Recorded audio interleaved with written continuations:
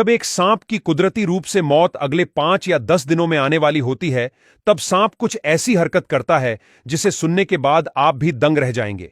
आइए जानते हैं कि जब सांप की मौत आती है तब वह क्या क्या करता है।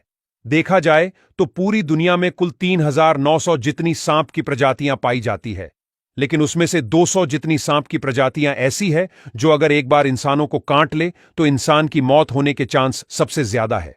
आपने शायद सांप को कभी न कभी गाड़ी के कुचलने से या किसी इंसानों के मारने से मरते हुए जरूर देखा होगा, किंतु शायद कि कोई ऐसा इंसान होगा जिसने सांप को कुदरती रूप से मरते हुए देखा हो, क्योंकि यह एक ऐसी दुर्लभ घटना है जिसे बहुत ही कम लोग देख पाते हैं। क्योंकि सांप की प्राकृतिक मौत की प्रक्रिया इतनी अनजान और अदृश्य होती है कि इसे देखना या समझ पाना मुश्किल है। एक सांप की जब मौत आती है तब वो पहले से ही अपने अंत को भांप लेता है। इसलिए सांप किसी शांत और एकांत जगह पर चला जाता है और वहां कोई अच्छी शांत जगह चुनकर कई दिनों तक खाए पिए बिना ऐसे ही पड़ा रहता है। इस दौरान उसे कुछ शिकार नजर आता है तो भी उसे खाने का प्रयास नहीं करता। उसकी भूख और शिकारी प्रवृत्ति जैसे खत्म हो जाती है। वो बस शांति से धैर्य के साथ अपने अंतिम क्षणों का इंतजार करता है। धीरे धीरे भूख और थकान से वह कमजोर हो जाता है और एक दिन कमजोरी से उसकी मौत हो जाती है। किंतु सांप ऐसा क्यों करता है? तो आइए उसके पीछे का कारण जानते हैं। वर्षों पहले जो ऋषि और तपस्वी होते थे, उनको भी पहले आभास हो जाता था कि अब उनकी मृत्यु आने वाली है। तब वे खुद को पूरी दुनिया से अलग कर एकांत में चले जाते थे और अपनी मौत का शांति से इंतजार करते थे।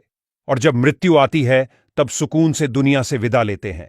सांप की तरह कई और जीव भी ऐसे होते हैं जिसे अपनी मौत का पहले से अंदाजा हो जाता है, जैसे कि कुत्ता, मछली, चींटी और हाथी जैसे कई और जीव। यह जीवों को अपनी मौत का पहले से ही पता चल जाता है और वे अलग अलग प्रकार की शारीरिक गतिविधि करने लगते हैं। सांप की तरह यह सभी जानवर प्रकृति के इतने करीब होते हैं कि वे सभी कुदरत के हर एक बदलाव को आसानी से महसूस कर लेते हैं, जैसे कि सुनामी, भूकंप, गर्मी, बरसात वगैरह। और दूसरी तरफ हम इंसान हैं जो प्रकृति से इतने बिछड़ गए हैं कि प्रकृति का कोई भी संकेत हमें समझ नहीं आता।